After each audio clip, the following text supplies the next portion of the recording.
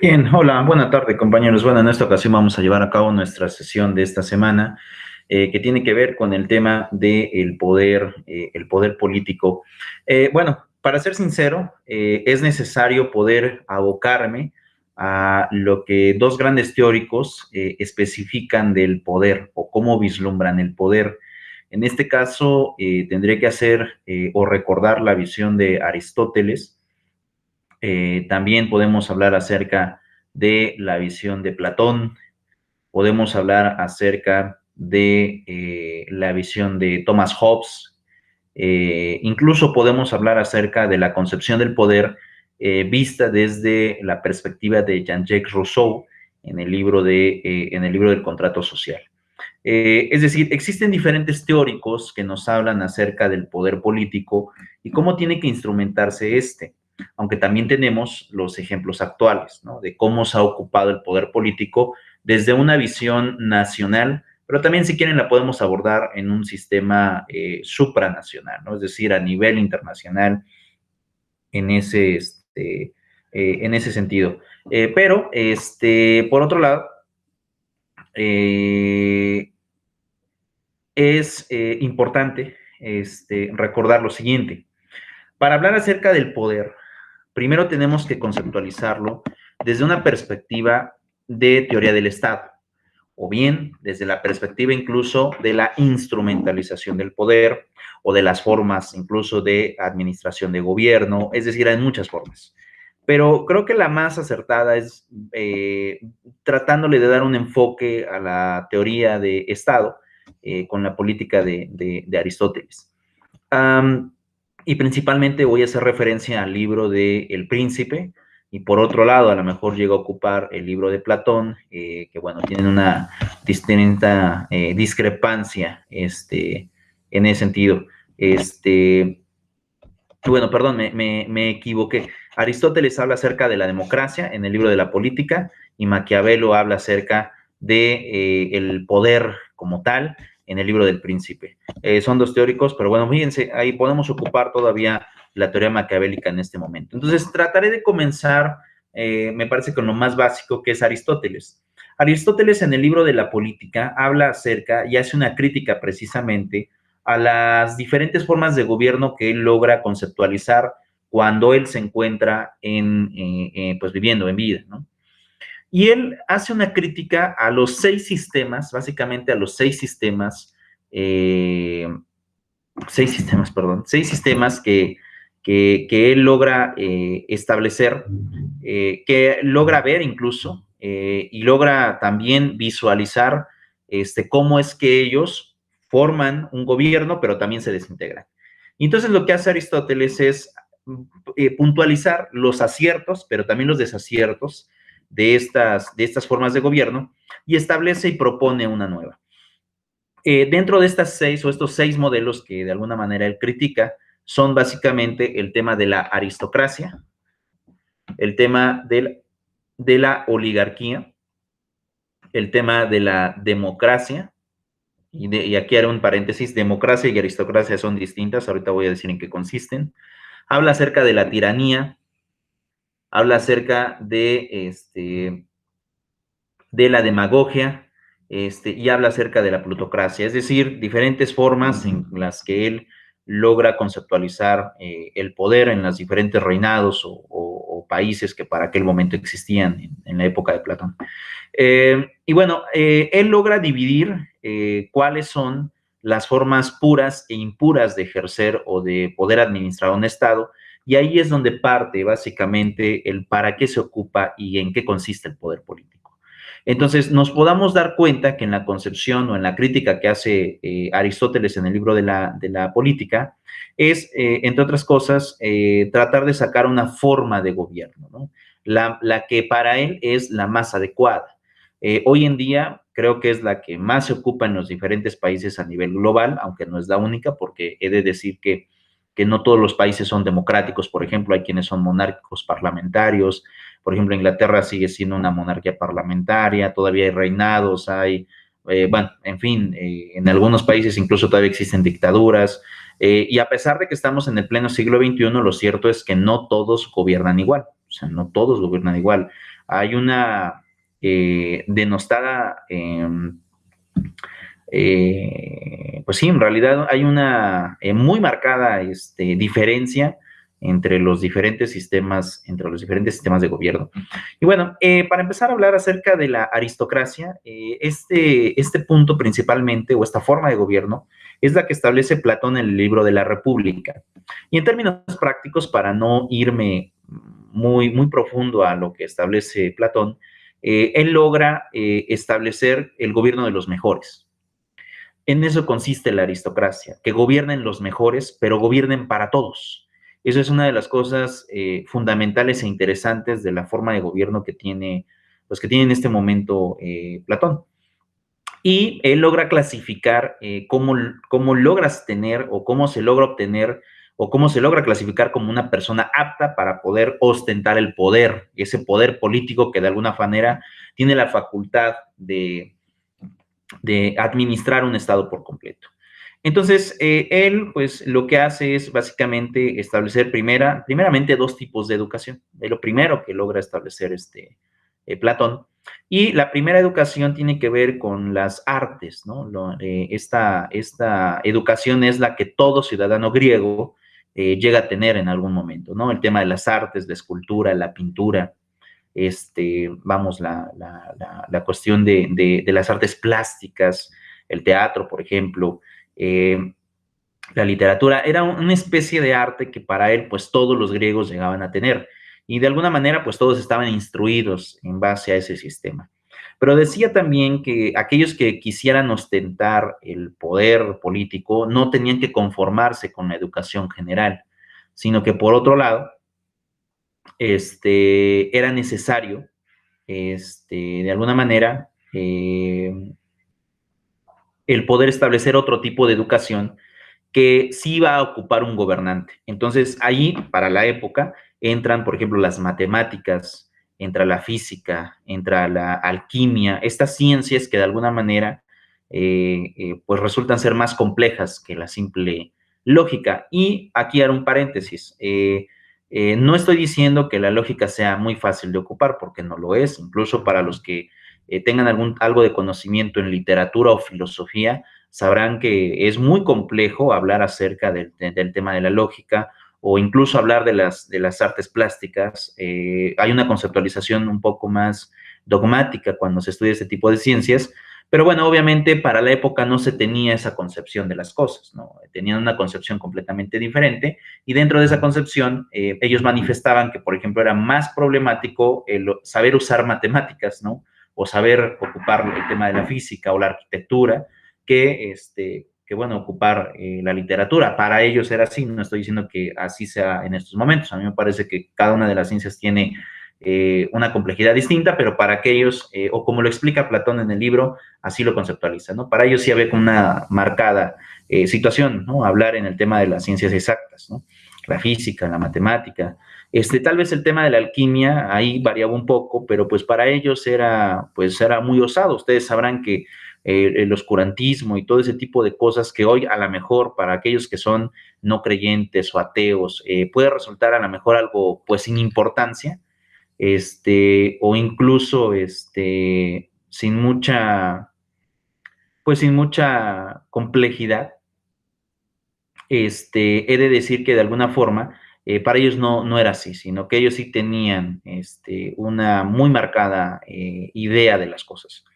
Entonces, eso era lo que se ocupaba en un principio, ¿no? Básicamente era lo que de alguna forma ellos planteaban. Decían que el gobernante tenía que tener un tipo de educación superior a la que tenían, pues, todos los ciudadanos en general.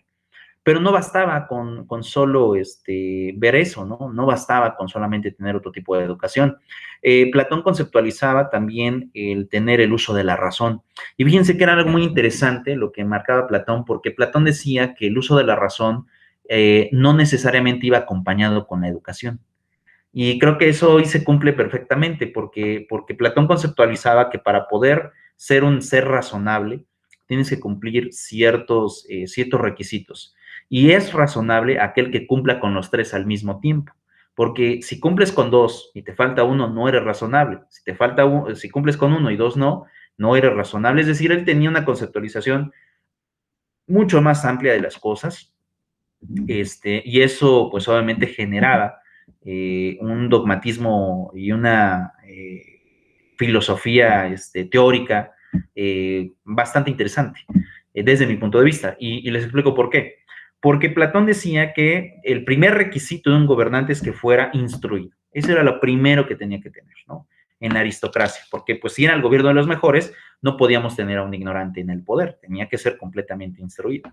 Y por otro lado, hablaba acerca de que tenía que ser razonable. Y para el uso de la razón, de acuerdo a Platón, él conceptualizaba que la razón iba a ser vista desde un punto en que existían como tres niveles, ¿no? Tres niveles de acciones que tenía que cumplir una persona.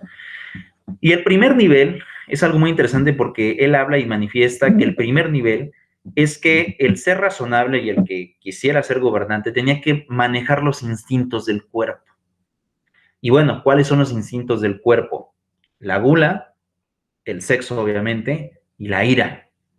Entonces, para Platón era como que el escalafón más fácil de poder dominar, ¿no? Y fíjense cómo lo ponía Platón, para él era lo más fácil de poder dominar. Y decía que un gobernante que no controlara estos tres, principalmente, podía caer en alguna tentación y podía poner en peligro un reinado por completo. Básicamente, ¿por qué? Cuando alguien come en exceso, puede tener enfermedades. Y si esas enfermedades ponen en peligro al gobernante, pues aquí estaríamos frente al espejo de tener un sucesor, pero si no lo tiene, pues obviamente está vulnerando a toda la sociedad que él está comandando.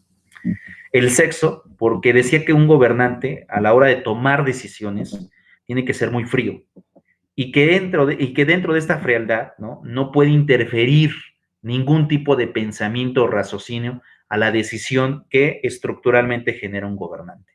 Y entonces, ¿qué pasaba? Pues el sexo era una de las cosas que, bueno, no de ahora, sino de siempre, ha influido en algunas ocasiones para que los gobernantes tomen una u otra decisión.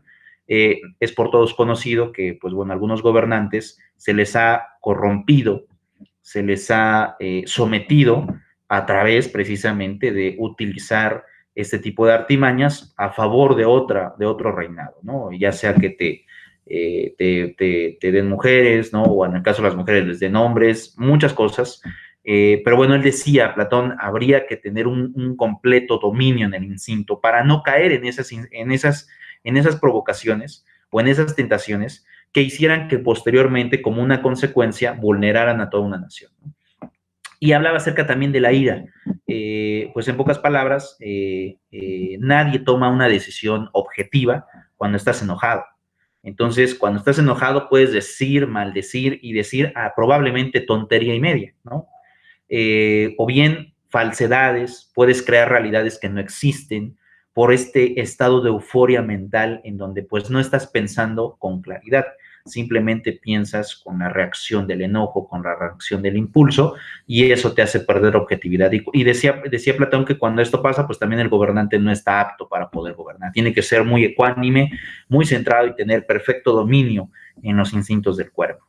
Entonces, para Platón era lo más básico que debería tener un gobernante para poder ocupar el poder, ¿no? En este caso, que de alguna forma iba a tener sobre todo una nación. Y el segundo escalafón es muy interesante porque decía él que este resulta ser más complicado de dominar, incluso los instintos del cuerpo, ¿no? O en comparación con los instintos del cuerpo. El que domina el segundo nivel es porque obviamente tiene la capacidad de poder dominar los primeros. Y él decía que era más complicado. ¿Y a qué se refiere él? Él se refiere al dominio del ego. ¿Qué es lo que pasa? Cuando alguien tiene un ego muy elevado, ¿no? O una autoestima muy elevada, en lugar de gobernar para todos, ¿no? Va a tratar de gobernar para sí mismo. Y de eso no se trata un gobierno. Perdón, cuando tienes un ego muy elevado, vas a tratar de gobernar para ti mismo y no para todos los demás. Entonces, y de eso no se trata el gobierno se trata de proteger a la mayoría, ¿no? Entonces, en ese sentido, decía Platón, no nos sirve de nada tener a alguien que tenga un ego súper elevado porque va a ver por sí mismo, ¿no? Por sí mismo, por beneficiarse a sí mismo y no beneficiar a la demás población, que al final de cuentas, pues incumpliría en ese sentido con la función de un gobernante. Pero tampoco podemos permitir, decía Platón, a alguien que tenga un ego demasiado bajo, porque alguien que tiene un ego demasiado bajo no puede o no tiene la capacidad de tomar decisiones, ni para sí mismo ni para los demás. Y por consecuencia puede ser muy fácil de dominar por otros gobiernos o por otros imperios.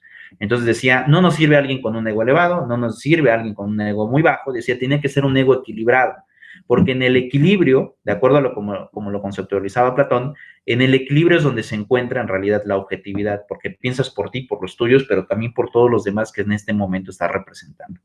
Entonces, esa era una de las situaciones que Platón manifestaba y decía, es muchísimo más complejo que manejar el tema de los instintos. Y miren que ya tan solo con esta tesitura es bastante importante a lo mejor pensar cómo es que se puede ocupar el tema del poder. Pero venía el tercer nivel y decía, todavía hay un nivel más, decía Platón, pero aquel que ocupe la razón es que tiene de dominar los tres al mismo tiempo y aparte debe estar instruido. Y decía Platón en un sentido específico, eh, Platón decía que el ser razonable debe de tener la humildad y la capacidad al mismo tiempo de autorreconocer que no sabe lo suficiente. Es decir, que a pesar de que hayas tenido una instrucción bastante buena, no importa que hayas tenido la doble instrucción en el gobierno griego o que actualmente tengas hasta postdoctorados internacionales, no importa. De acuerdo a la teoría de Platón, te decía, tienes de tener la capacidad de autocriticarte y decir, sabes que no sé lo suficiente. Pero también decía, tienes, al mismo tiempo debes de crear la necesidad de investigar y de saber más. En pocas palabras, Platón decía que aquel gobernante debería de tener la capacidad de aptitud de siempre estar aprendiendo, de siempre estar teniendo esa hambre de conocer cada vez más cosas. Eso era lo que planteaba en pocas palabras Platón. Entonces Platón decía, cuando ya tienes las dos cosas, es decir, tienes una buena educación y aparte eres un ser razonable porque cumples con los tres niveles que yo estoy estableciendo, entonces sí podemos hablar de que esa persona puede ocupar un poder político o puede pertenecer a la clase gobernante para gobernar o beneficiar a la mayoría. Entonces, era lo que decía. Aristóteles en el libro de la política no estaba muy de acuerdo con esto, porque él decía que era como de alguna forma muy desvirtuable la aristocracia y decía esto no sirve mucho en realidad. Y ahora te explicaré por qué. Pero por otra forma, también tenemos a lo que hoy conocemos como, pues como la plutocracia, ¿no? O en realidad el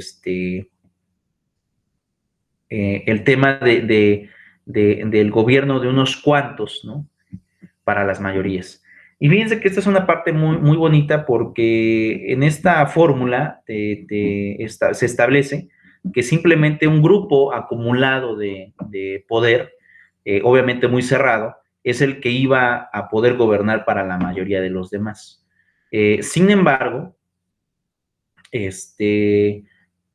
Aristóteles decía, esta forma de gobierno se puede desvirtuar también, o sea, no es tan benévola, también pueden presentar sus problemas. Y por otro lado, también decía Platón, decía Aristóteles, para él la mejor forma de gobierno era la democracia.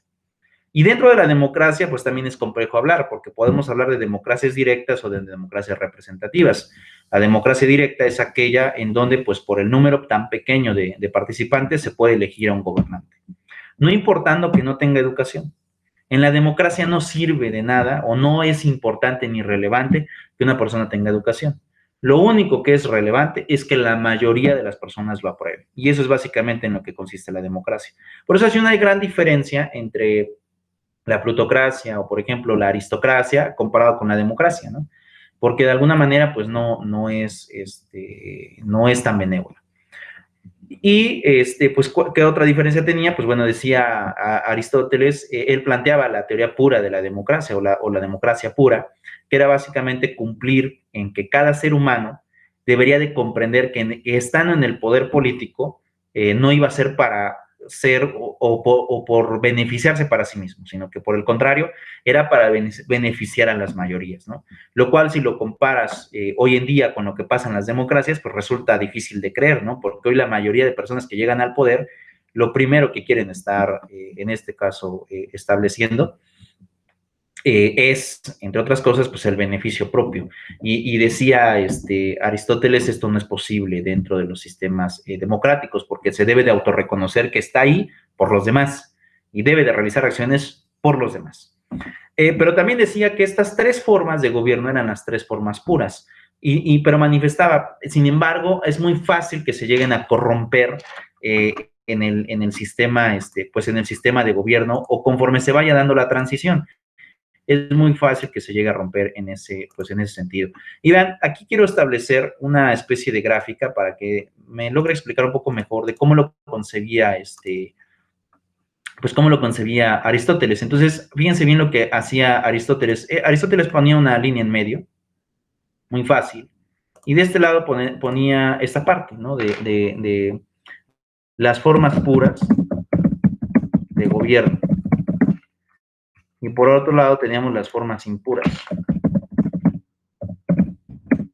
de gobierno. Y aquí voy a poner impuras, ¿no? Puras e impuras de gobierno.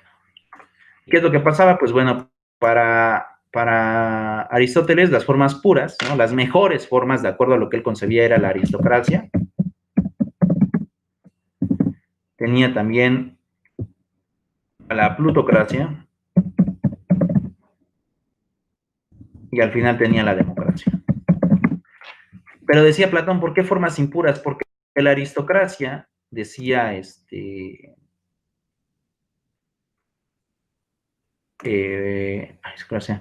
plutocracia, aquí me...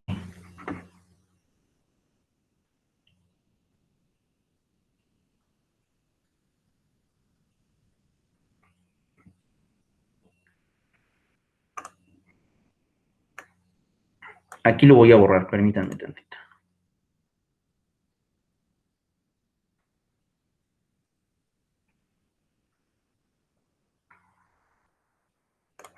Listo. Era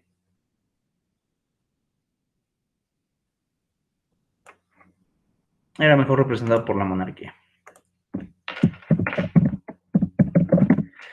¿Y qué era lo que pasaba? Pues en realidad hablaba Aristóteles, y Aristóteles decía, es que aquí hay riesgos, ¿no? Por ejemplo, de la aristocracia, el riesgo es que se convierta, por ejemplo, en una oligarquía, por ejemplo.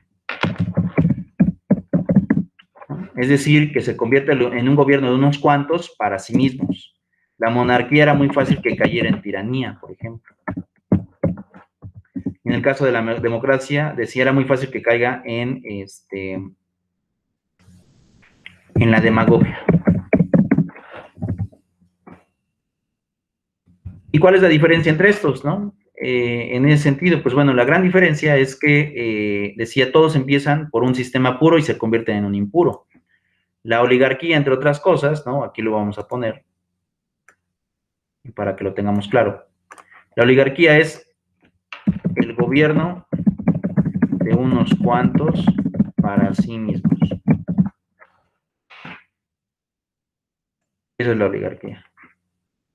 La tiranía, vamos a tener que poner de todas formas. Por ejemplo, la tiranía, el gobierno de uno para sí mismo.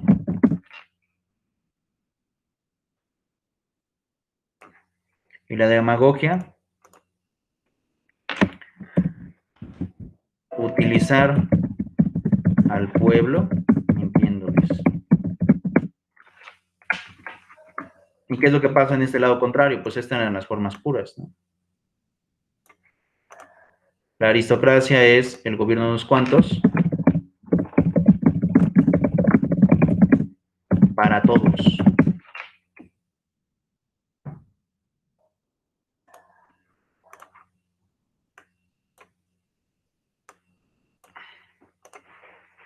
La monarquía era el gobierno de uno para todos.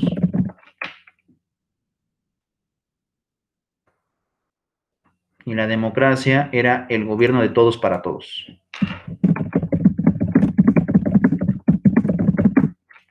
Entonces, había una como muy denostada diferencia entre las formas de gobierno en realidad. sea, no todas eran en realidad iguales, ¿no? Como que había una gran diferencia entre ellas, y eso generaba, de alguna forma, que existiera, obviamente, discrepancias en ocupar el poder. Entonces, ¿qué es lo que pasaba? Pues imagínate, el poder político que se llega a convertir en una monarquía, pues si el monarca es consciente, gobernará para todos, pero si se desvirtúa y se convierte en un tirano, ahí viene la problemática para la sociedad. Vamos a tener bastantes peligros para la propia ciudadanía en cuanto al orden de gobierno. Si la aristocracia funciona, pues es el gobierno de unos cuantos para todos, ¿no? O sea, una clase política privilegiada, pero para beneficio de los demás. Y si hablamos acerca de la oligarquía, pues ¿qué es lo que pasa?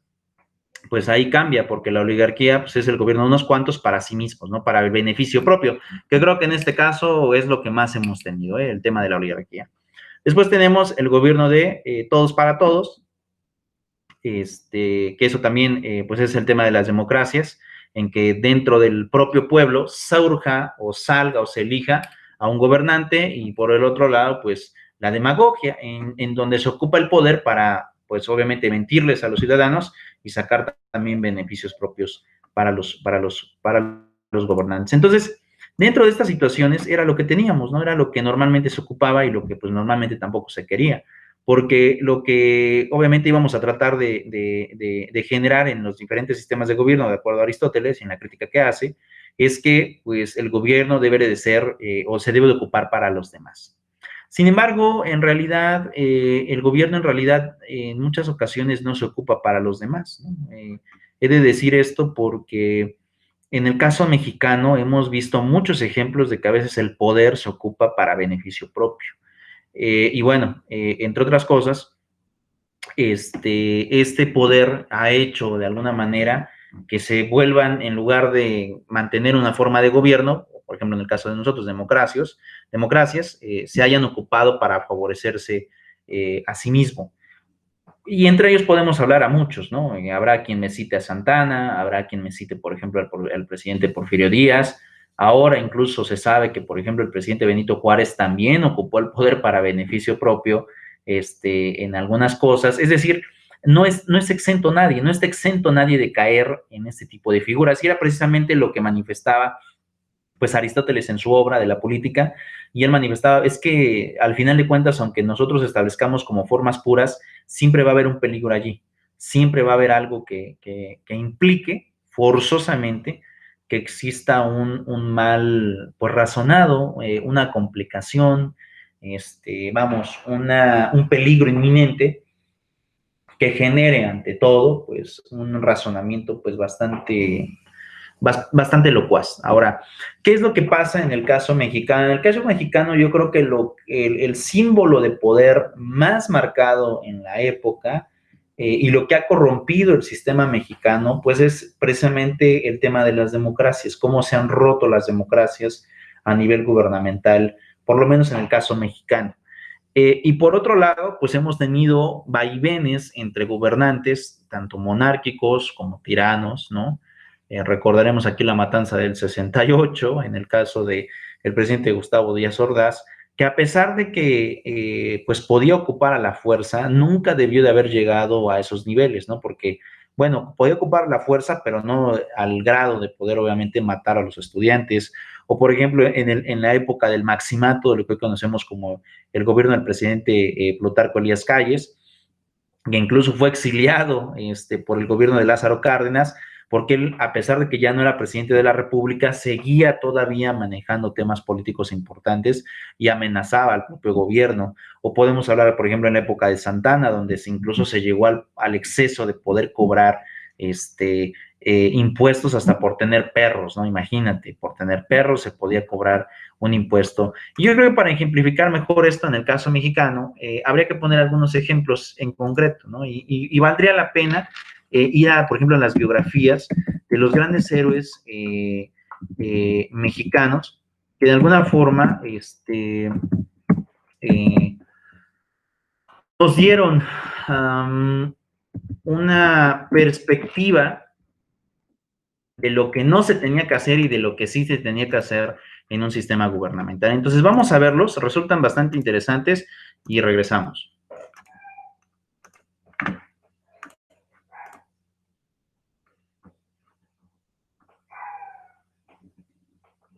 Para mí, el libro de Mormón es un libro de fe.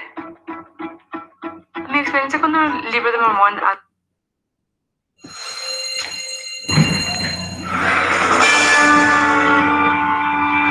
Antonio López de Santa Anna nació en Jalapa, Veracruz en 1794 en el seno de una familia criolla. A los 9 años su padre se llevó a vivir a la familia Veracruz. Antonio trabajó para un comerciante del puerto, pero a los 16 años su inquietud lo llevó al Regimiento de Infantería Fijo de Veracruz. Solo 3 meses después de su ingreso al Ejército Nuevo Hispano estalló la rebelión independentista de Miguel Hidalgo y Costilla. Santa Anna se mantuvo fiel a la corona española y durante los siguientes 5 años peleó contra los insurgentes. En marzo de 1820 fue promovido a capitán y al año siguiente a teniente coronel. Decidió, como la gran mayoría de los oficiales criollos del ejército realista, unirse al ejército trigarante de Agustín de Iturbide, otro criollo con el que le unían también los largos años de combate a los insurgentes. Los viejos insurgentes y los antiguos realistas, unidos bajo la bandera trigarante, consumaron la independencia de México el 27 de septiembre de 1821. Iturbide fue proclamado emperador en mayo de 1822. Promovido a general brigadier, Santa Anna regresó a Veracruz. Ahí lo visitó Iturbide, quien después expresó: "Este pillo es aquí emperador", y le retiró el mando. Resentido, Santa Anna se rebeló contra el imperio, se adhirió al plan de Casamata y proclamó la república en febrero de 1823. El 19 de marzo, Iturbide presentó al Congreso su abdicación. Había comenzado lo que el historiador Lucas Alamán llamó la época de las revoluciones de Santa Anna. Bajo la Primera República Federal, Santa Anna sirvió como comandante militar de Yucatán. Ahí planeó una irrealizable invasión a Cuba y contribuyó a la rendición del fuerte de San Juan de Ulúa, último reducto español en México. Cuando ocurrió la rebelión de Vicente Guerrero en 1828, Santa Anna se convirtió en un factor decisivo para su victoria sobre las tropas del gobierno. Se retiró entonces, como lo haría muchas otras veces, a la vida del campo en su hacienda, pero solo por corto tiempo.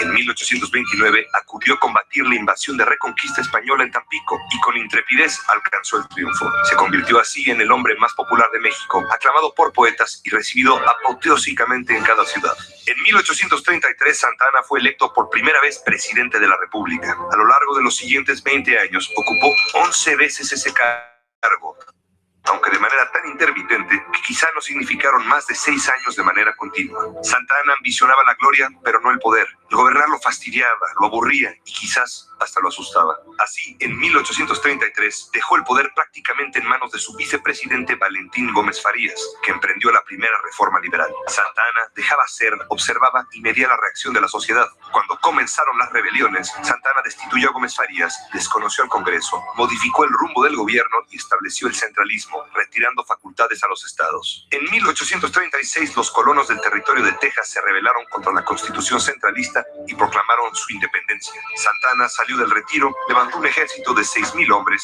y emprendió la marcha a gran velocidad hacia el norte. La campaña comenzó con victorias y optimismo para México, pero el general cometió un grave error que le costó la guerra. Tras las batallas del Álamo, Refugio y Goliad, Santa Anna se adelantó con solo parte de sus tropas con el fin de alcanzar las tropas de Samuel Houston, pero fue sorprendido por estas, derrotado y capturado en San Jacinto el 21 de abril de 1836. Mediante el Tratado de Velasco, firmado un mes más tarde, Santa Anna reconoció de facto la independencia de Texas.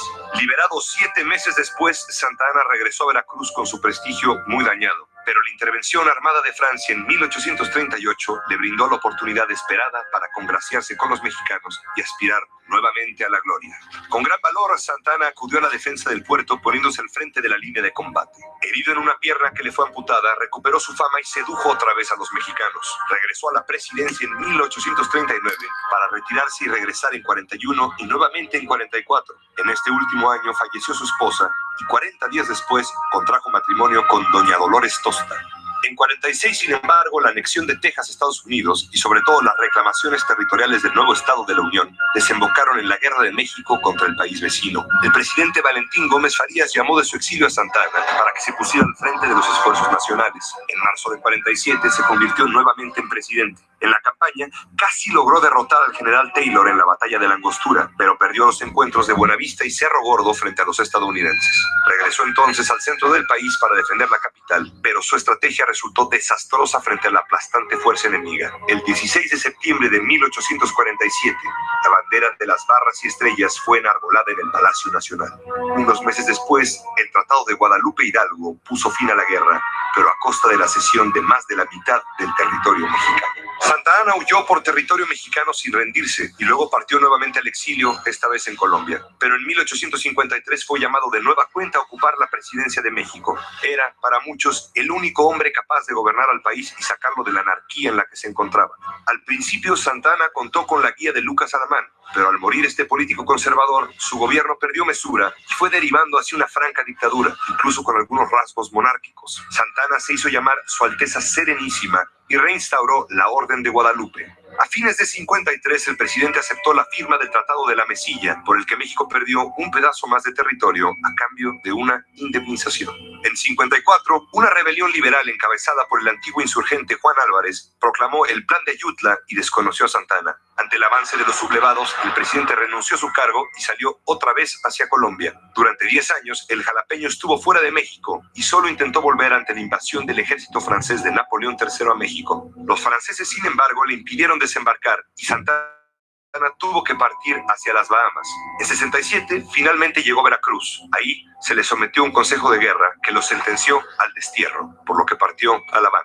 Compadecido por sus enfermedades y su falta de recursos, el presidente Sebastián Lerdo de Tejada le permitió en 1874 regresar a México. Santa Anna murió pobre, ciego y olvidado por todos, en su casa, en la Ciudad de México, el 21 de junio de 1876.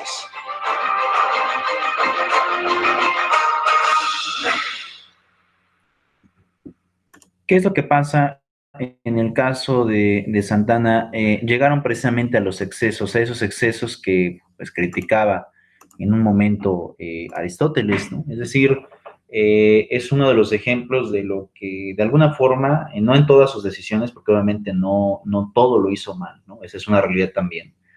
No todo lo hizo mal.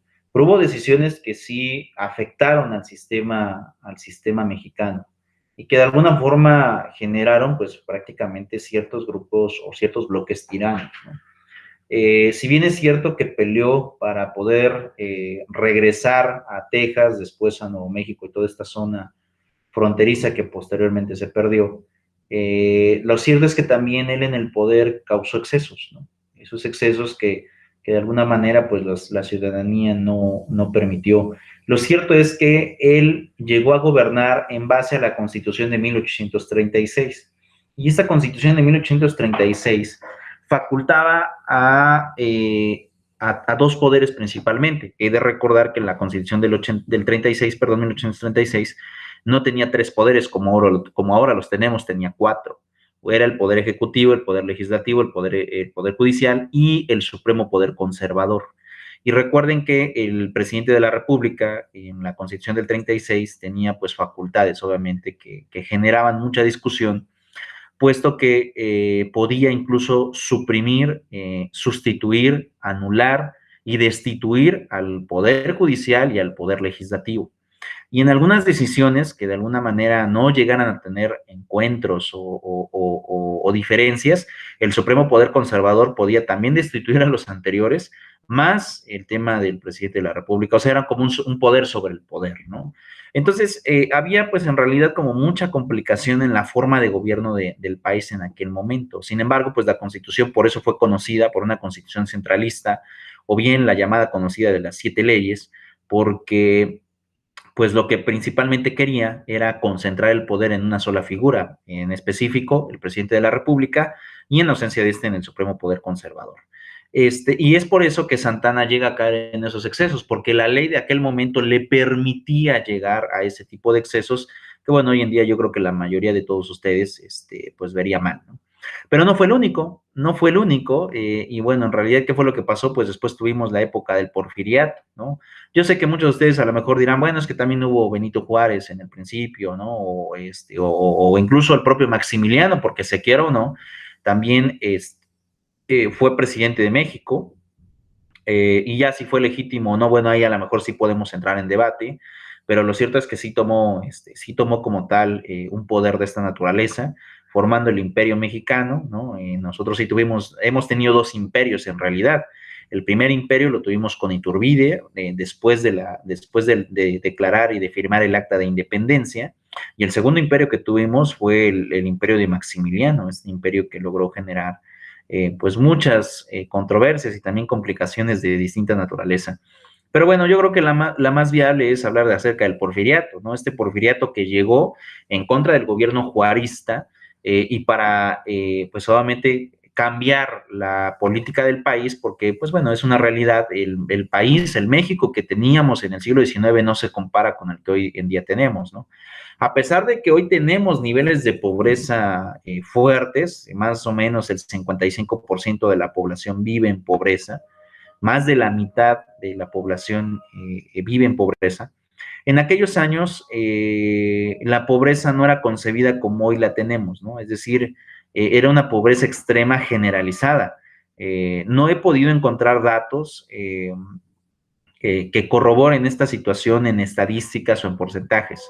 Pero de acuerdo a lo que se conoce, pues básicamente quienes vivían bien eran los caciques, los hacendados y los dueños de las empresas internacionales, y por lo tanto, pues básicamente la mayoría de mexicanos vivía en completa pobreza, eso no se puede ocultar, y lo cierto es que de alguna forma esto genera que en realidad el poder, pues el poder, el poder político, por así llamarlo, se concentrara en una sola figura que era el presidente, porque aparte el presidente a veces desobedecía o bien mandaba en los otros poderes, ¿no? A pesar de que él ya se regía por la Constitución de 1857, otra vez se deja el centralismo y se regresa al federalismo, pero aquí tenemos una discrepancia en el poder político. ¿Por qué? Porque a pesar de que la Constitución de 1857 era federalista y ponía en igualdad a los tres poderes, lo cierto es que en la práctica no se llevaba a cabo esto. En la práctica quien mandaba y quien decía cómo se hacían las cosas era el presidente de la República, que era Porfirio Díaz. Es más, la Constitución para 1857 prohibía la reelección, la prohibía. Y curiosamente, el presidente Porfirio Díaz manda una iniciativa al Congreso y obviamente pues los congresistas en aquellos años obedecían lo que decía el presidente y permiten el tema de la reelección. Por eso es que Porfirio se logra reelegir también muchas ocasiones y él logra estar en el poder 30 años oficiales, aunque bueno, no oficiales se reconocen 34, de manera no oficial, pero oficiales fueron 30, y es por eso que él llega a concentrar tanto poder durante esta época. Lo cierto es que pues también tenía dotes de tirano, ¿no? Él tenía una idea muy buena de poder hacer que México progresara. A él le gustaba mucho el país europeo de Francia, estaba enamorado con Francia y quería que los monumentos en México también asemejaran a México a Francia. Por eso es que construye pues el Palacio de Bellas Artes, una obra arquitectónica bastante impresionante, he de decirlo. Por otro lado, pues recuerden que el Monumento a la Revolución pues iba a ser el Palacio Legislativo, que muy a la arquitectura griega iba a estar un palacio completamente con unos pilares enormes. Híjole, yo he visto la maqueta y era impresionante cómo lo quería construir Porfirio. Al final no lo logra construir porque pues se queda sin dinero el Estado. Pero bueno, era una construcción verdaderamente enorme, el Ángel de la Independencia, muchas otras cosas más que se fueron dando en la época del Porfiriato, pero el problema fue que estaba beneficiando a una clase en específico, la clase adinerada, y estaba dejando a zozobra o a merced a la gran mayoría de la población. Yo calculo que de acuerdo a lo que he estimado, y bueno, como les decía, no he encontrado estadísticas, pero en aquellos años la población no era tan grande como ahora la tenemos. Hoy somos un país de 125 millones de mexicanos más 40 que están en el extranjero. O sea, en realidad en total somos como 165 millones de mexicanos. En aquellos años México no era tan grande. Era muy grande en extensión, pero no era tan grande en población. Aproximadamente en aquellos años, en la época del Porfiriato, éramos como entre 30 y 35 millones de habitantes en todo el país, ¿no? Lo cual, pues, imagínense, México ha crecido en 100 años 5 veces la población, para que se den una idea de lo grande y de la magnitud de los cambios. Sin embargo, ¿qué era lo que pasaba? De acuerdo a lo que yo estimo, por ahí en el gobierno del Porfiriato, la verdad es que aproximadamente yo creo que de esos 35 millones o 30 millones de mexicanos, calculo que en pobreza vivían 20, o tal vez más, ¿no? 22, 23, o sea, era una clase, no, tal vez más, ¿no? Tal vez más, son 25 millones, solamente 5 millones eran los que tenían pues posibilidades económicas, la mayoría de las personas vivían en pobreza. Es más, ni siquiera había la oportunidad de poder tener una casa. Hoy por lo menos está el sistema de Infonavit o del sistema de Fobiste. En aquellos años era algo impensable. En aquellos años vivían bajo la zozobra del cacique o bajo la zozobra del hacendado que les permitía residir en un cuarto nada más. Era una situación muy compleja y también, pues, también un poco difícil. La verdad es que yo no concibo cómo es que la gente aguantó tanto en esos sistemas de pobreza o en esos niveles de pobreza en donde se les pagaba ni siquiera en dinero. ¿Cuándo ibas a poder ahorrar para comprarte una casa? Nunca, porque ni siquiera te pagaban con dinero, te pagaban en especie, ¿no? O sea, te daban ropa, te daban alimento, te daban vestimenta, no había dinero. La gente, por más que quisiera, no tenía un estatus económico bueno, ¿no? Vivían de lo que iban, de lo que les iban dando los hacendados, pues eso obviamente generó mucha molestia y por eso es que al final del sexenio del presidente Porfirio, del último cuatrienio, perdón, es por eso que de alguna manera viene la gran huelga de Aguas Blancas y de Cananea, ¿no? De estas dos grandes huelgas que en donde pues, los obreros dijeron hasta aquí, no más, no se puede más, ¿no? Estamos mal, no podemos ni subsistir, no podemos mantener a nuestras familias y nosotros estamos trabajando de manera excesiva y no es posible, ¿no? Entonces, por eso es que viene al final el derrocamiento del presidente Porfirio, pero bueno, también es interesante ver la historia que le toca. La vamos a revisar y regresamos.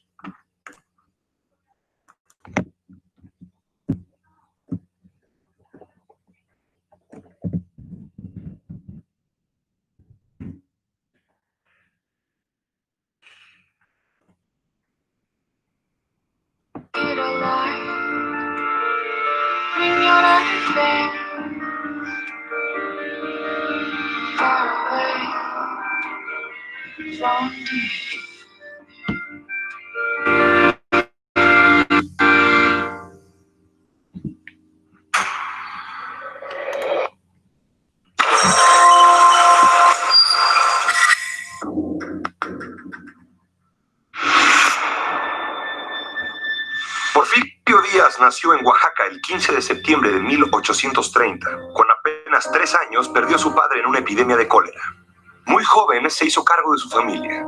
Aprendió carpintería y otros oficios. Ingresó al seminario en 1843, pero lo abandonó para estudiar leyes en el Instituto de Ciencias y Artes de Oaxaca. Sin terminar la carrera, dejó los estudios en 1855 para apoyar la revolución de Ayutla, que combatía al presidente Antonio López de Santa Anna. Inició así su carrera militar, que lo llevó hasta la cúspide del poder. Durante la rebelión, Díaz fue nombrado jefe político de Ixtlán, y al triunfo de los sublevados, el presidente Comonfort le otorgó el mando militar del Istmo de Tehuantepec. En 1860, a los 30 años, Porfirio Díaz salió por primera vez del estado de Oaxaca para pelear en el bando liberal durante la Guerra de Reforma. Después de la derrota conservadora, Francia decidió intervenir en México en apoyo de los monárquicos. En la batalla del 5 de mayo de 1862 contra las fuerzas francesas, Porfirio Díaz se convirtió en uno de los pilares de la victoria mexicana. Entre 1864 y 67, Díaz se distinguió por sus acciones militares en el estado de Oaxaca, entre las que se cuentan las batallas de Miahuatlán y La Carbonera. Cuando las fuerzas francesas se retiraron, Díaz avanzó sobre la ciudad de Puebla y logró tomarla. A partir de entonces se le llamó el héroe del 2 de abril. Con 37 años y 37 victorias, Díaz se retiró de la vida militar y partió rumbo a Oaxaca, donde el gobierno le obsequió la hacienda de La Noria. En 67, Díaz participó en la elección presidencial contra Juárez, pero resultó derrotado. En 71, lanzó su candidatura en los comicios en los que participó Juárez, así como Sebastián Lerdo de Tejada, pero perdió nuevamente. Esta vez no estaba dispuesto a aceptar la derrota y se rebeló en contra del gobierno, levantando la bandera de la no reelección. El presidente Benito Juárez, su viejo líder y mentor, murió en 1872, mientras Díaz se rebelaba, aunque presentó su candidatura a las elecciones.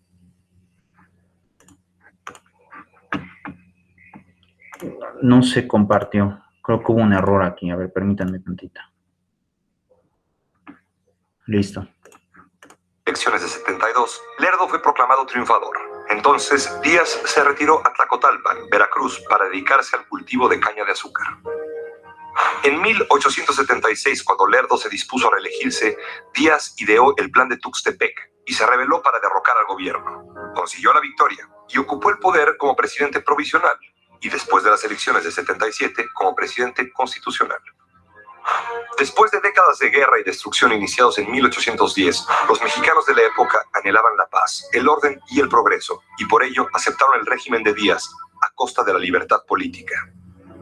Al llegar al poder, Díaz comenzó un proceso que le tomaría 12 años: someter a sus adversarios y construir el poder personal, patriarcal. Para pacificar el país fue duro hasta llegar a la crueldad, como él mismo dijo, pero prefirió atraer a sus opositores con obsequios y cargos. Al cumplirse su primer periodo de gobierno, Díaz permitió que su compadre, el manco Manuel González, ocupara la presidencia. 4 años después, en 1884, se presentó nuevamente a los comicios y volvió a la presidencia. Ya instalado en ella, sucesivas reformas a la Constitución le permitirían reelegirse después indefinidamente. Los poderes legislativo y judicial se sometieron durante el porfiriato al poder ejecutivo. Los diputados, más que elegidos, eran nombrados por el presidente Díaz. Lo mismo sucedió con los gobernadores de los estados y aún con autoridades menores.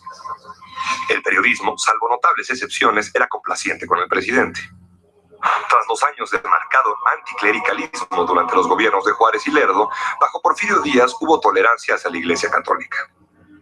El arreglo de las finanzas públicas que emprendió el ministro de Hacienda Matías Romero y que continuó José Ives Limantur fue decisivo para el progreso material que caracterizó al porfiriato. En 1895 se logró el primer excedente en las finanzas públicas en la historia del país, y durante estos años, México pasó de unos cuantos cientos a 19,000 kilómetros de vías férreas. Cientos de nuevas fábricas textiles de cerveza, vidrio, acero se fundaron en diversas ciudades, como Monterrey, Toluca, Puebla, Orizaba, Guadalajara y la propia capital del país. Las antiguas ciudades, con sus construcciones heredadas del virreinato, se poblaron con nuevas mansiones y edificios públicos. En el campo, los ingenios azucareros se convirtieron en verdaderas explotaciones industriales.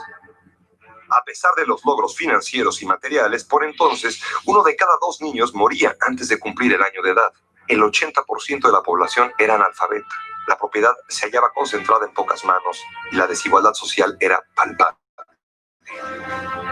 La primera oposición seria al régimen de Porfirio Díaz ocurrió con la aparición de Regeneración, periódico publicado por el anarquista Ricardo Flores Magón. Las huelgas obreras de Cananea en 1906 y de Río Blanco 1 año después, que terminaron en sangrienta represión, se convirtieron en presagios de la revolución que se gestaba bajo la superficie aparentemente calma del país. En 1908 apareció en la revista Pearsons una entrevista al viejo presidente. Porfirio Díaz declaró que esperaba paciente a que el mexicano escogiera un gobernante y él pudiera retirarse de su puesto. La entrevista desató la competencia política en el país. Muchos no creían que Díaz quisiera en verdad dejar el poder, pero decidieron tomarle la palabra. En efecto, Porfirio Díaz decidió presentarse una vez más a las elecciones que se celebraron en 1910 y se reeligió pasando por encima de los votos.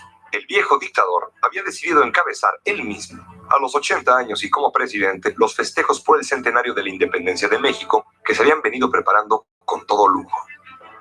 Pero el estruendo del centenario nacional se confundió con otro estruendo, el del inicio de la revolución que, encabezada por Francisco I. Madero y bajo la bandera de la no reelección que el mismo Díaz había defendido años atrás, avanzaba triunfante. El 25 de mayo de 1911, agobiado por las derrotas, la enfermedad y la edad, Porfirio Díaz presentó su renuncia al Congreso. Poco después partió a su destierro a bordo del barco Ipiranga, rumbo a Francia, el exilio, en el que moriría en 1915. Sus restos siguen en París. Bien, como les decía, es una pena que al final de cuentas un gobierno inspirado en el presidente Díaz también haya caído en dotes de tiranía, sobre todo el fenómeno de la reelección. Me parece que es una especie de mantener el poder por el poder, ¿no? Lo cual rompe con la democracia, rompe incluso si estuviéramos en un sistema monárquico, bueno, lo entendería, pero no en un sistema como tal aristocrático tampoco. Es decir, hay dotes más de tiranía, hay dotes de oligarquía, y hay dotes de demagogia en el porfiriato. Pero bueno, esa será otra cuestión que estaremos revisando en la próxima sesión. Por mi parte es todo. Les agradezco muchísimo. Nos vemos. Hasta la próxima.